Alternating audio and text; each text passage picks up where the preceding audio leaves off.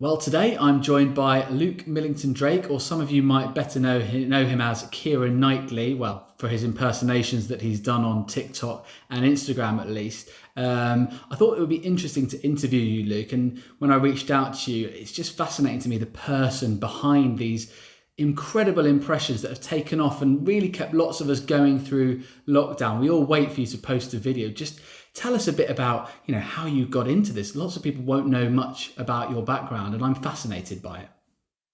Oh, well, thanks. Thanks for having me. I'm thrilled to be here. Um, oh gosh, where does it all come from? Where do I begin? Well, I mean, I guess let's begin with I've been in LA now for, 6, almost 7 years. And And this is fascinating. Sorry, just you're in LA. I mean, I assumed when I reached out to you that you were in Parsons Green, London, because that's where so many of your videos are based. And actually, you said, "Oh no, I'm in LA," and I was like, "What? I had no idea." yeah, the amazing ability of a tiny flat, how you can travel, and my rug, the same rug that everyone now knows, that's sitting on my wall.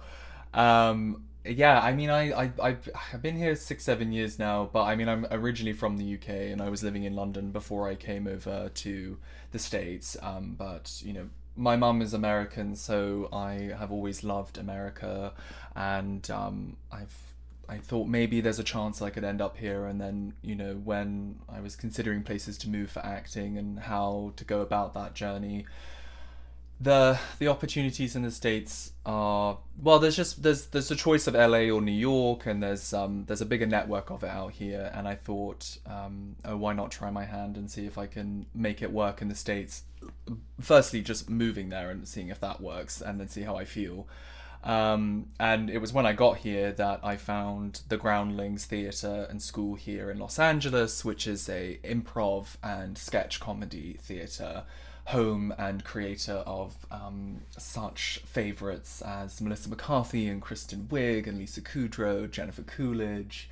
I'm drawn to all of the female icons that have come from there personally, but also like wonderful people like Dan Aykroyd and Will Ferrell have also come from there.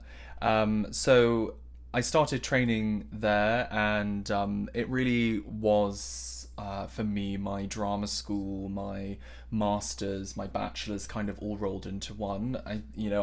I applied for drama school in the UK when I was 19, and they said to me, "Oh, go away and have some life experience." And of course, at 19, I was like, "How dare you? I have all the life experience in the world. I know everything. I'm 19." And they were like, "No, no." But now I obviously understand what they were talking about. So being in the States, working and training with their school, they all focus on really heavy character work, and they all focus on sketch comedy and really clear points of views. And so what you see on my TikTok, and what you see on my Instagram is really 6 years of training that sits behind all of that, of like being able to pinpoint specific people and make the mundane become more than it should be. And and also a level of like silliness and passion that goes into it as well. I mean, I think we all love watching people who are passionate about something specific to them that they really care about. And so, with like tortellini, mozzarella, and bruschetta, that's the Parsons Green lifestyle, and the Flam Fulham lifestyle, I guess you could say. And then I think just personally, for me, and with the Keira Knightley impression that I was doing, that was more so just myself wanting to explore what if she was at the shops, or what if she was at a pub, what if she owned a cafe, what if she received a dramatic letter, what if she, what if, because she's very reserved. I mean, we don't know much about her really, like, personally, and whenever I watch her in interviews, she's so charming and funny and exciting, like so lovely to watch. So we're sort of exploring that, really. That's a great little introduction. I mean, you've touched on a few things there, but obviously your impressions are really what we know you for. You've obviously got years of craft work behind you, but where does the inspiration come from? How do you craft a sketch and go, right, I'm going to now do Keira Knightley at brunch, or I'm going to do Keira Knightley in Pizza Hut? Where do these ideas come from? That's a good question. A lot of it is just it pops into my head, I would say. I sort of think about like where are places, because I think we're so used to seeing Keira in period dramas or in these very high concept dramatic roles that she does, and we're not used to seeing her sort of just, you know, like at a Pizza Hut or something, and how she would order that. And it's not to say that like every idea that I put down is something I always upload it. You know, sometimes a location doesn't work, sometimes the person she's talking to, it doesn't work, the joke doesn't land. It's a lot of trial and error that goes in behind it. But you know, with the training that I've done at the Groundlings, the thing that they reinforce to you is that, especially when you're pitching, because a lot of the time when I'm posting on my social medias, I am also just pitching the idea to the audience to see if they connect and if it works. And that's something that I learned from the Groundlings, was that at the very base level, start with what you think is funny, pitch it, and then we'll go from there. So at the base level, I'm thinking, okay, if Keira Knightley owned a cafe, I think that's funny. I would imagine that probably the dishes would be named something after her film, most likely. Okay, that's really fun. Now let's add in this element of like, well, I'm assuming it's Keira Knightley, so her cafe would be very popular and very, very busy. So what does it look like if she's overwhelmed? And then who are the other people who work at this cafe with her? What is the relationship between them? And then, you know, what's the speed of this? And, you know, so it's a lot of thinking, but also it's just a lot of like silly improvising. Like I said, I'm in my flat, so I just frolic around and make loud noises until I can edit something together and make it funny, I guess. And I think you told me that your first video was put live in October 2020, which is just a matter of months ago. And you've built up this incredible following super, super quickly. Like how? Everyone wants to know how. How? Okay, that's a great question. I have absolutely no idea. So there's no secret sauce then? There is. I don't think. If there is a secret sauce, then I have no idea who's putting it in there, because I don't know where it's coming from. I mean, I will say that maybe the secret sauce was my brother. I was, you know, we were all in COVID, all stuck at home, and he called me up and he was like, "You should do TikTok." My impression of my brother, by the way, is like, he talks like this, but he doesn't talk like that at all. But that's just when he talks to me, that's what I hear. But he's like, "You should do TikTok." And I was like, I don't know. I just don't know how to, I don't feel cool enough for TikTok, quite honestly. And he was like, "Just try it. Like, go out there and just like do your characters, throw them out there. Just do as many videos as you want each day. And just, first of all, start with quantity, see if it catches on, and then you can focus down your attention on quality based on like which characters work." So I just started by blitzing as many videos, anything I could think of, I was throwing at the wall, just like, I'll throw it out there, see if it works. And one of those things was the tortellini, mozzarella and bruschetta. One of those things was the relationship between my mum and dad, the cultural difference, because my mum is from the Midwest in the States, my dad is very, very English. That seemed to catch on with people, that US versus UK. There's a community of people out there who are a part of that. And then like some impressions like Keira and Hugh Grant and Jude Law. And so I think it was just, a lot of it was trial and error. But I'm also completely shocked by the rate at which it went. I mean, I don't understand at all. And it's fun, I think, that people think my weird ideas are funny. It's a very nice compliment. It's very nice to that people get it, put it that way, you know. Let's have a quick look and listen to some of your impressions. Hello. So sorry for the wait. See that everyone's got some waters. Welcome to Keira's Cafe. Yes, I am Keira Knightley. Let's do this. Do you know about our specials? Oh, you don't? First up, we have the Duchess, which is a 2 poached eggs served on a handwritten love letter. And then the other special we're doing today is Pride and Prejudice Diced. It's diced breakfast potatoes with a scramble. If you're like me, on Valentine's Day, I like to be all about food that's hearty. So for today's hearty beef stew, you're going to need your biggest quesadilla input.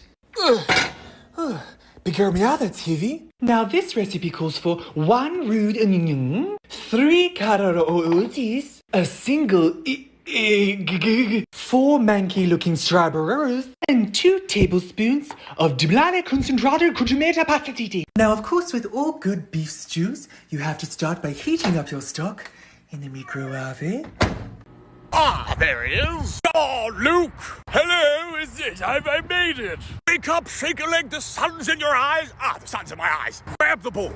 Grab the ball. Now kick it. Kick the ball. Tristan, what are you doing? What? Where the hell have you been? We've been at the pool. What have you been doing? I'm watching Luke play rug ball. Oh, he's doing a swim meet. What? Oh, shit. A mustache, Hilgarth. Bye. I feel like I know your mum and dad now, having watched that clip. It's incredible. I mean, how did they meet? And I think the amazing thing about the Anglo-American thing is so many people, obviously in England and in America, can relate to it. Like, we in England have grown up on American culture, and Americans seem obsessed with things like the royal family.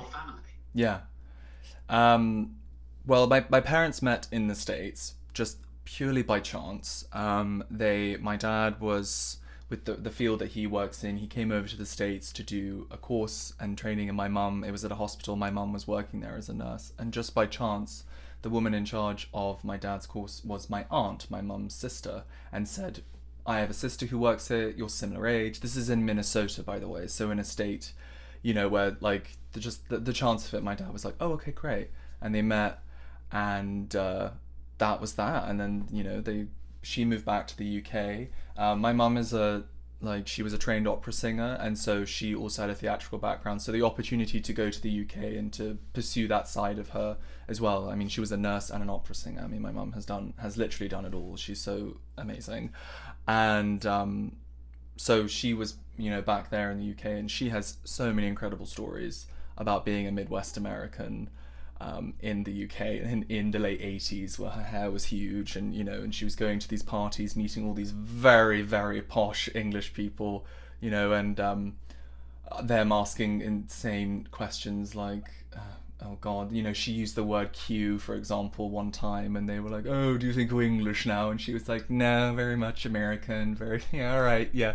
So, you know, it's, so that I mean, but growing up, I just thought everyone's parents were like that. But now, obviously, as I'm older, I realize that the dynamic between the sort of very Midwest, like all American, we're all in this together, you know, culture that comes out of the Midwest of America, compared to my dad, just sort of very, very posh, very silly, and but it's so insightful for you to drill down into that, for you to drill down and notice that, because a lot of people wouldn't even notice that, and you have, and you've pulled something out of it.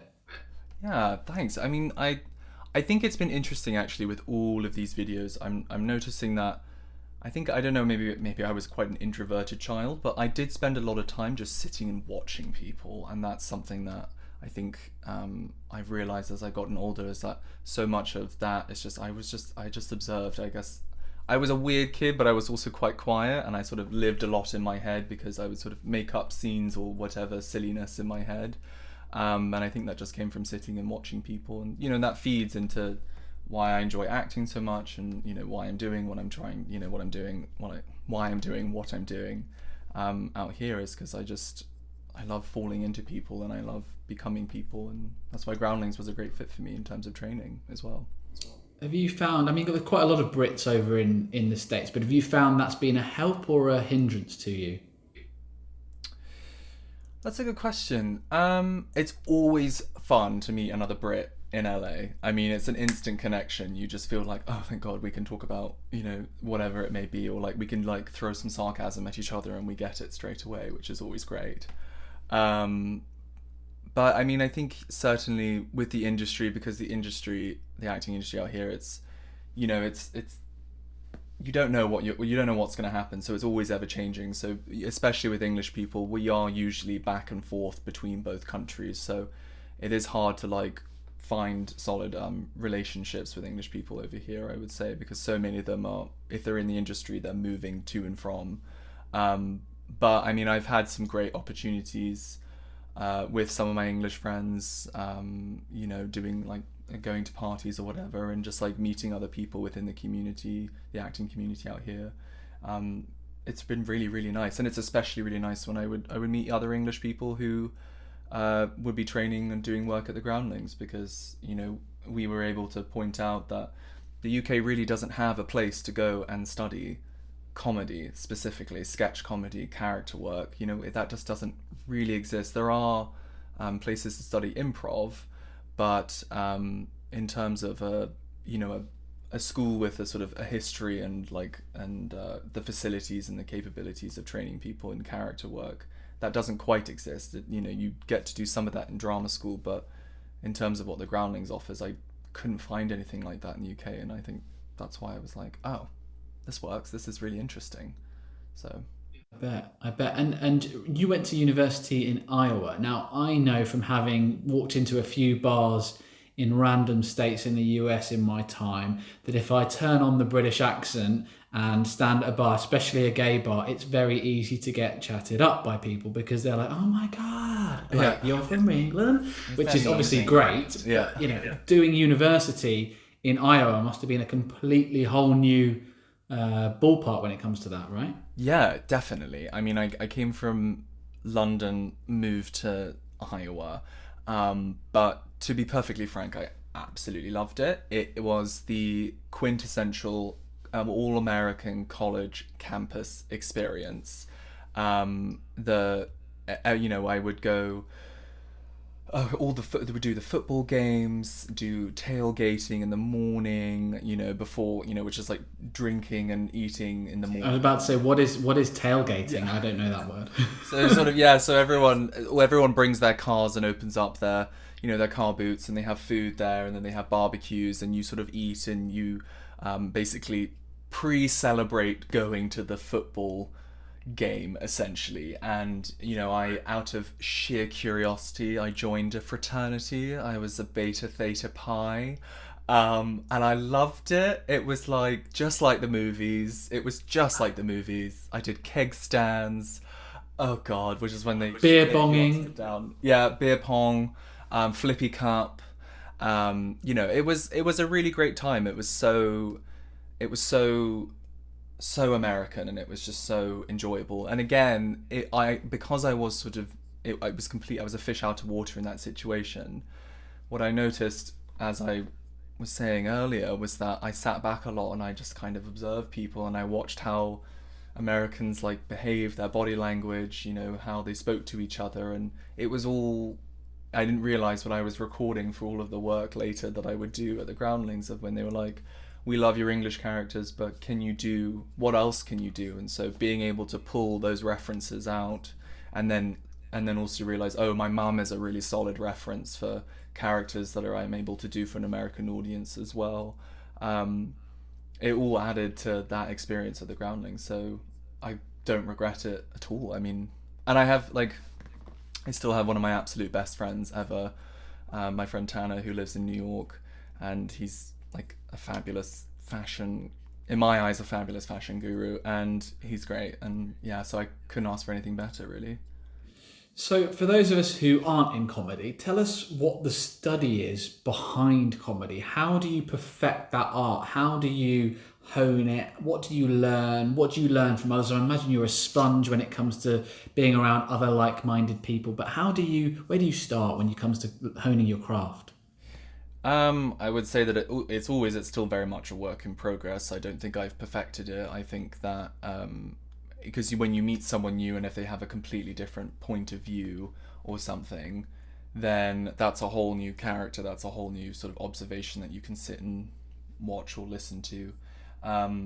But what I really learned, and I think it's a good also just rule generally for acting, is that the clearer the point of view of the person is, the better the comedy will be. And that's what I found so interesting about the Groundlings training, was that first and foremost, even though it was for comedy and for characters, first and foremost, what they really expect of you is to bring your absolute best actor to the stage. Because if you can do your absolute best acting and really convince us that you are this person with this point of view, then you allow the audience the space to laugh and to go along the journey with you. But you also have to really believe it yourself. And then you have the fun of adding costumes and wigs and whatever, hair and makeup or whatever it is that you want to add on top of that. But at the very core, you have to, as I learned, and I'm still learning, you just really have to believe in the person. And I mean, I don't know. I mean, I don't know why, but that white turtleneck for Keira, there's something about a knitted white turtleneck. I just thought like, yeah, this seems like cozy and cinnamon tea-esque for her, and it worked. Maybe people find that fun. I don't know. I'm great that you think that's funny, because that's what I thought was funny for her when I thought about it. But you've also got to cram all this, because you're using social media, into like a minute long segment, which I imagine is another tough thing in its own right. Yeah, it's sometimes in a way though that it kind of helps. Like, I seem to do well when someone's like, okay, you need to create this, but you can only work within the color blue, for example. And I'm like, okay, well, that's like a wall to bounce ideas off of. That's a place to start from.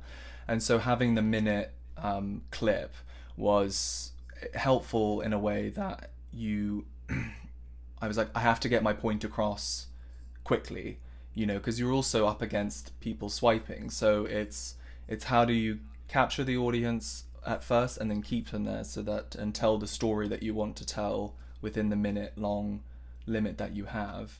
And is there a trick to that? Is there a trick to capturing their attention really in that first few seconds? Ooh, that's a good question. Usually I find that like something behavioral is a really good way to start. Some sort of odd behavior that's specific to a character is a good way to pull someone in, and then you use the rest of the video to heighten that behavior and then also justify that behavior. So with Keira Knightley, for example, being like, oh gosh, Pizza Hut, here I am at Pizza Hut, you're labeling the location. And this is also rules of improv, it's like who, what, where, who is this person, where are they, and what are they doing in this moment. With that video is, I'm Keira Knightley in Pizza Hut ordering a pizza for the first time. There we go. And so and then you build from that point of view. So if you can capture that moment, and sort of justify your reason for being there, and then that's where all the fun is putting in the jokes and using improv as a tool to find a way to like keep the joke going through, or keep the joke running along and keep the attention, I guess. I mean, I loved the Pizza Hut sketch, loved the brunch cafe sketch. I think they're just genius. I mean, I could watch far more than a minute, and I hope one day you get the platform to extend out beyond that. Although I guess you'll feel the pressure then, because you're like, it's long form. How do I keep and hold on to people's attention, right?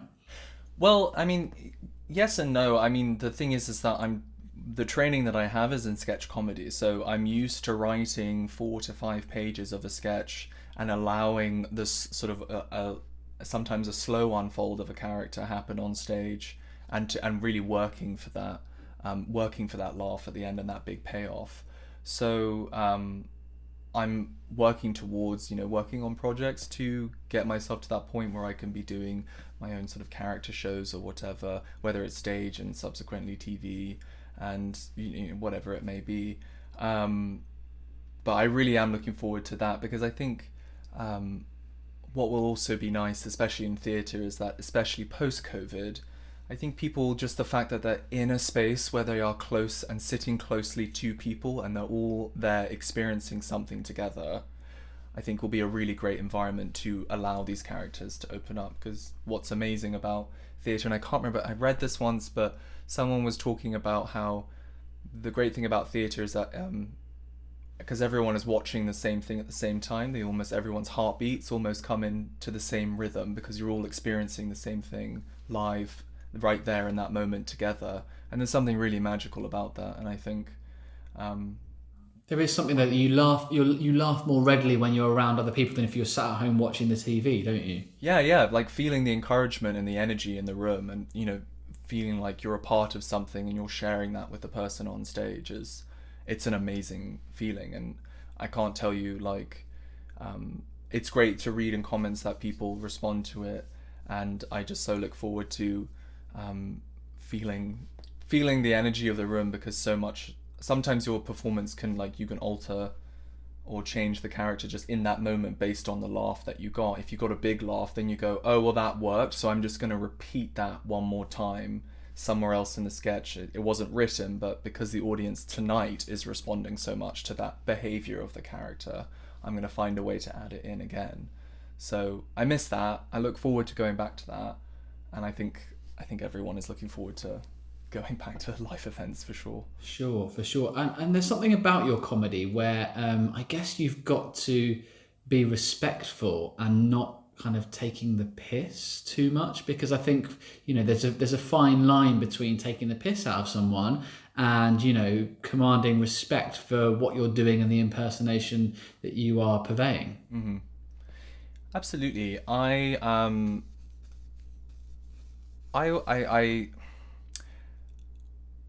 have an immense amount of respect for Keira Knightley, for example, let's just say with her. Because when I was younger, I would, you know, watching her films was really a form of escapism for me. I just thought there was something about her that was so, like, magnetic on screen, and I absolutely adore her. I mean, she was, especially for when I was growing up, you know, she was my leading lady in my films, and I watched, as I grew up, I would watch her, you know, go from one project to another. So I think when I was approaching it, I really wanted it to always come from a point of view of, like, love and adoration and respect for her, and hopefully elements of, like, and I think that's why I play more into the silliness and the, you know, like, not to say, well, like, clean humor is a great way, because I think if you're going after someone for whatever reason to mock them, it's very low bar, and I think you have to be smarter. If you can earn the laugh by being smarter and not using that low bar, then you're being smart about it, and, you know, you're really earning that laugh. And I want to feel like I'm really earning people's, like, laugh and earning people's attention. Well, I don't think there's no question about it being for shock value with what you're doing, I don't think. I hope not. No, I really hope not, because shock value comedy, like, when it works, and I think it works the best when people have earned the right to use the shock value. So, for example, and what I learned at the Groundlings is, like, if you want to use the F word, for example, in a sketch, you really have to make sure that you earned using that word, so that when you use that word, the audience is surprised by it and laughs at it. Not that you've, like, watered down the entire sketch by having the F word every single way all the way through, because then you just kind of are like, this is, you know, it loses its power, and that's not really my goal. But I mean, certainly at the school, they would always challenge you if they felt that, like, you're relying too much on shock value comedy, you're relying too much on bad jokes, or you're relying too much on hypersexualized characters, or on swearing, or you're relying too much on, you know, bad accents, or overtly weird physical, you know, sort of like coming in and like, I'm an old man, and it's like, okay, but you're not, you're 20s whatever, and no one's gonna buy that. You need to be smarter, you need to challenge yourself more. And I really appreciated that they pushed me in that way, because it was all for the better. I mean, I'm able to enjoy it more myself as well, I think, in the long run. I think you said that Ab Fab was one of your inspirations, and I guess with Ab Fab, you've got an element of feeling like it's shock value, like when Patsy's falling down the stairs or something, but actually underneath it, the script writing is so strong. Absolutely. I mean, at one point I considered doing a whole podcast where I went through and just spoke about every individual episode of Ab Fab and talked about how important it is to culture and to comedy. I think what's so incredible about that show is that it came along at a time where female comedians were up and coming. You know, we were seeing, you know, French and Saunders was becoming a huge thing, and from that she was able to create Ab Fab. And for the first time, we were seeing women behave like men, how men were behaving, and it was so normalized to see men behaving like that. But Jennifer Saunders was like, well, women can behave like that too. And I think she references her experiences with Bananarama or something as an inspiration behind those characters. But again, with those characters, like you said, there is a shock value element to it. But the depth of both Patsy and Eddie and their relationship there are so many layers to it that everything that is like considered shocking is all earned, and it's all earned so well. I mean, it all pays off so well, and that's why that show is just so funny, and it still holds up to this day. I mean, when I'm feeling like a bit stuck, or I'm like, oh, I don't know what I want to do, I always revisit that show because there's such clear characters, and she works, and they both like give such great performances in terms of behavior and relationship, and yeah, it's just, for me, it's like, it's my starting point for all of my comedy. I love it to bits and pieces.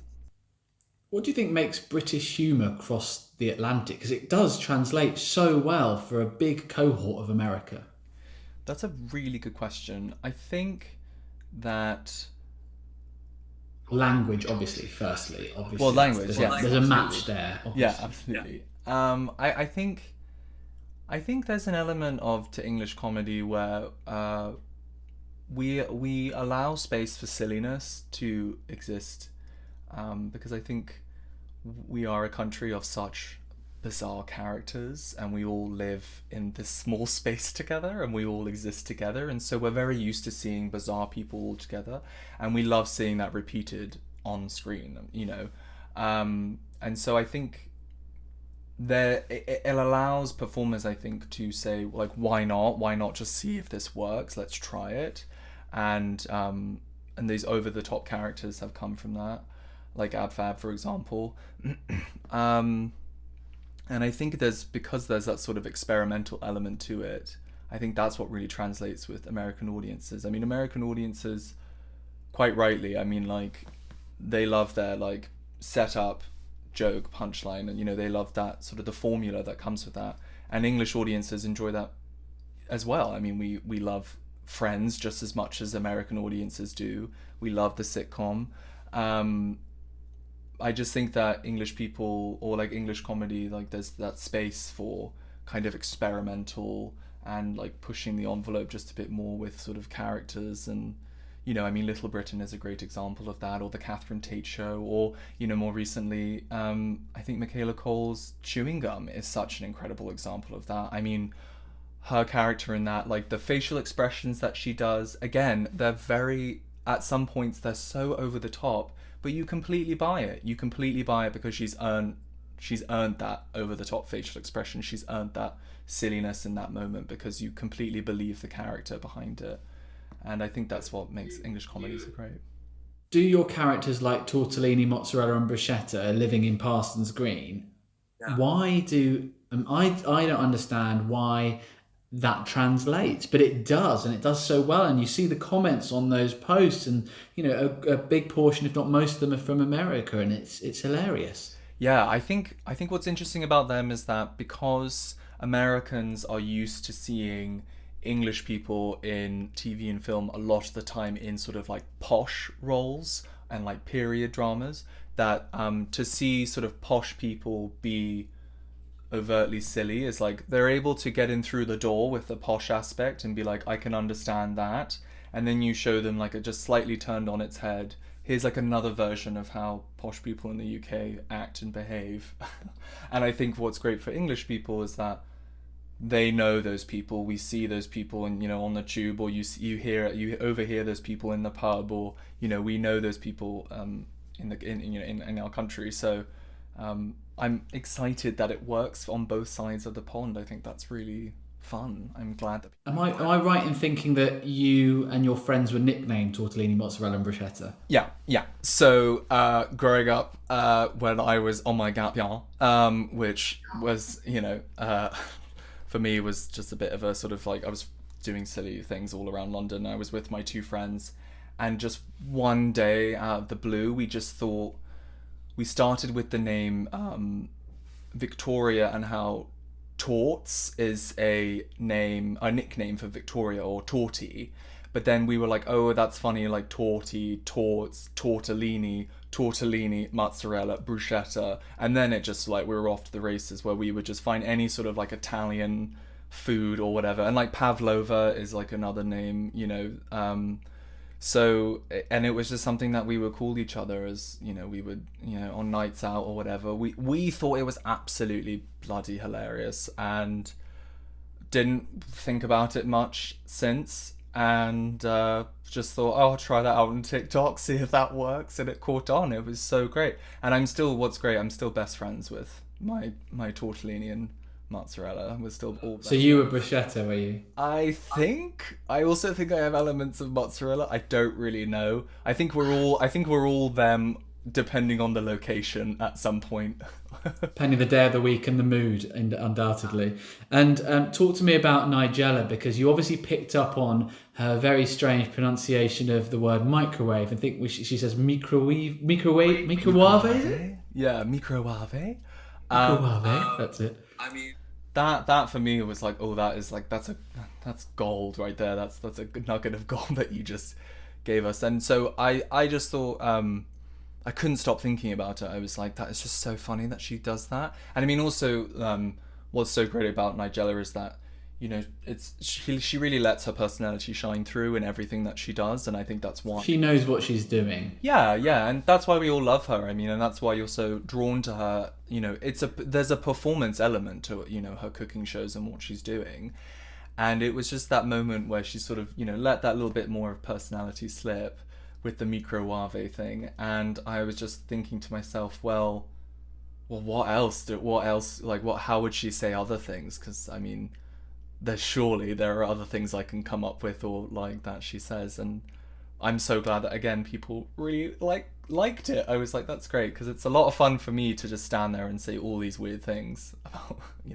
And so far, we know that Jennifer Coolidge has seen your impersonation of her, which I bet was iconic for you. Yeah, I threw my phone across the room. I couldn't quite believe it, because Jennifer Coolidge is just, as she went to the Groundlings, she was a Groundling, and so she's on that wall, and when I walked in there for the first time, I was like, oh my god, she went here, that's amazing. She's an icon. She's an absolute icon in my eyes. So the fact that she saw that and liked it and shared it and commented on it, I was absolutely thrilled, because she's brilliant. I mean, all of the Christopher Guest movies that she's in, I mean, especially I think most popular is Best in Show, and obviously everyone knows her from Legally Blonde as well. I mean, she's such a fabulous character actress, and again is someone who you completely believe the person that you're watching, so she earns all of her laughs, and it's absolutely brilliant. I mean, she's in Friends as well, isn't she? I think. Yeah. Oh my god. Yeah. Her infamous Friends episode where she had the fake British accent. That's it. Amanda, isn't it? Amanda calling. It's Amanda, darling. It's amazing.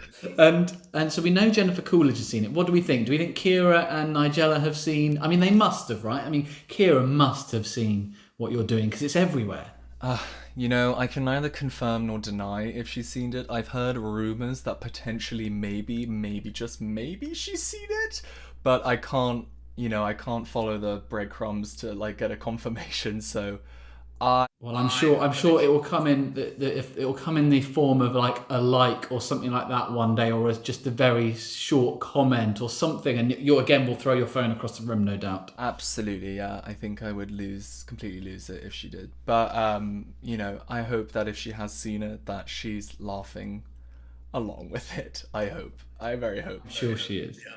I'm sure she is. I'm curious to know a bit more about what you think around diversity and representation in comedy. It seems to be pretty good now from an outsider's point of view, but I don't know what it's like from an insider's point of view trying to get a foot on the ladder. What are your thoughts on things like LGBT representation in comedy?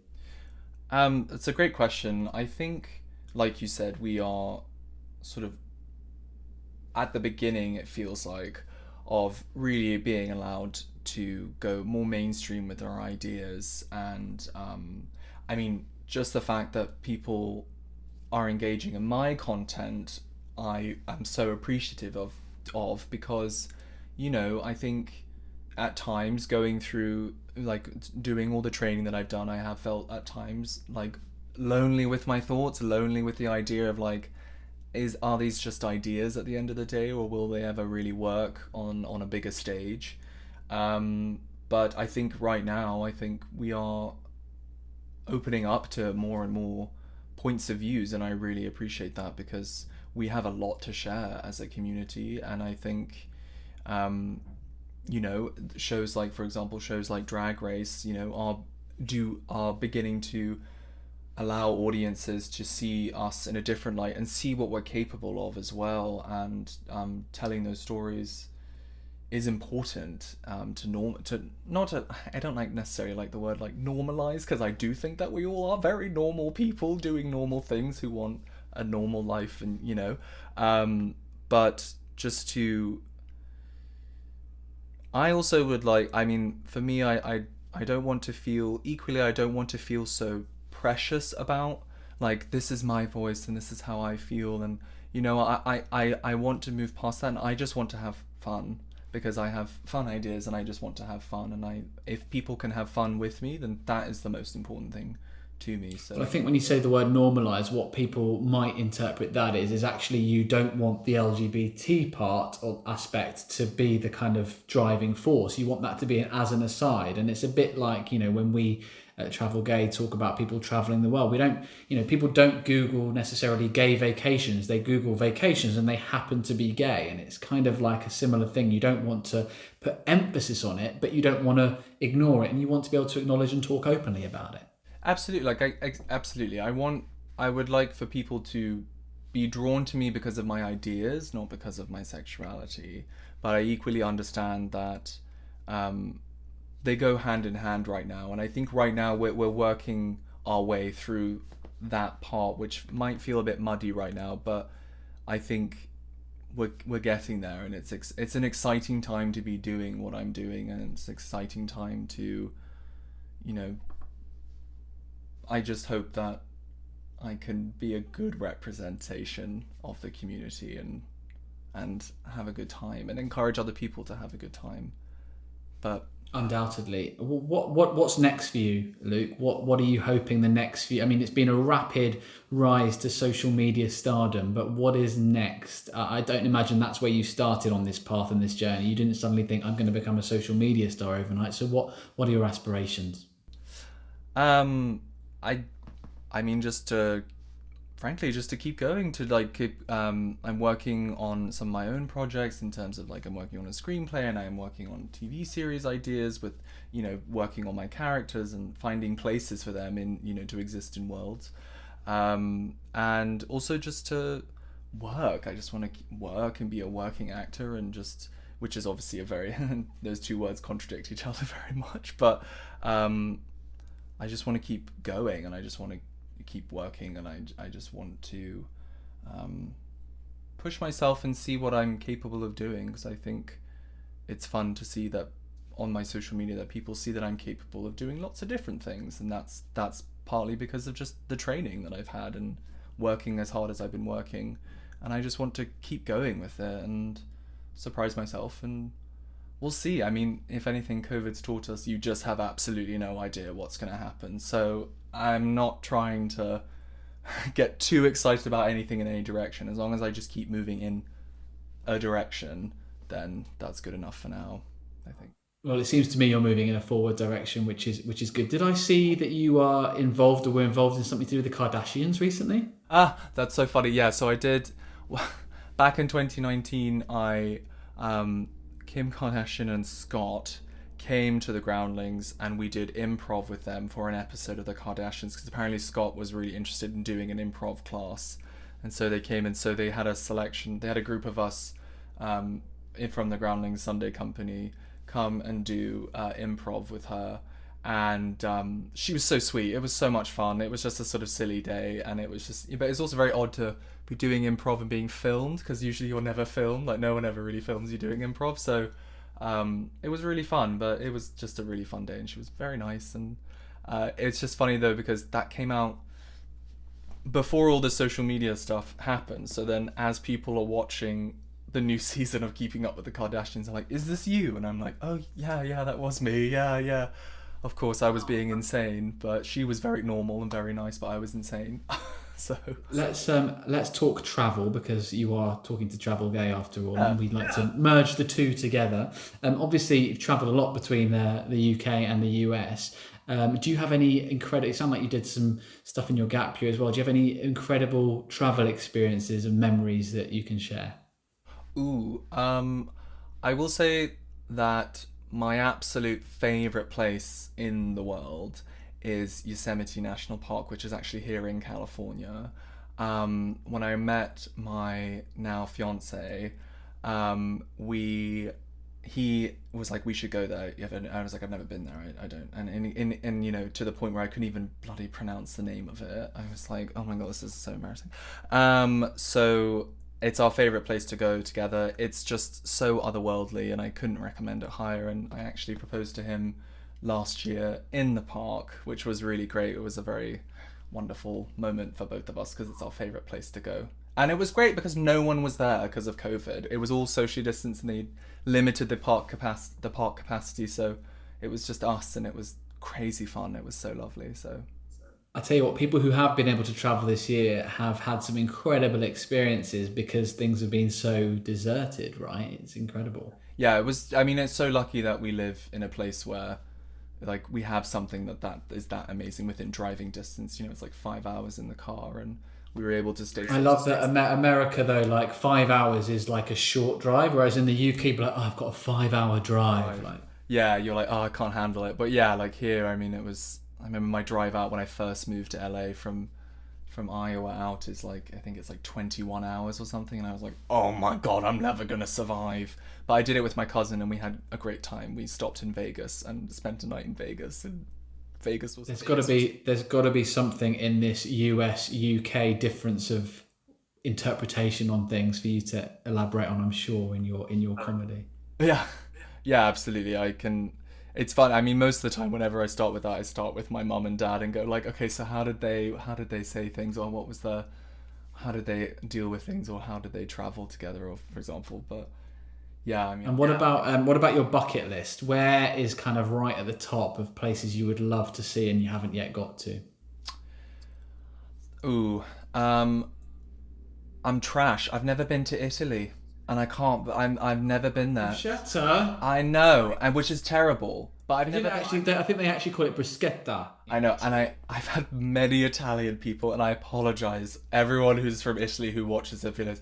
I know that it's pronounced bruschetta, but I'm going to continue trashing that word with bruschetta. But yeah, I really want to go to Italy, and I really want to go to New Zealand as well, and Australia. I haven't been to either of those places, but. Beautiful. Well, I mean, surely you can get some sponsorship from Alitalia or something to fly you over to Italy to do an episode of tortellini, mozzarella and bruschetta, as it will then be called. Hey, I mean, absolutely. If you say it, put it out there into the universe. Yeah, it's like a free. It's holiday. in the world now. It's in the world. It'll happen. It'll happen.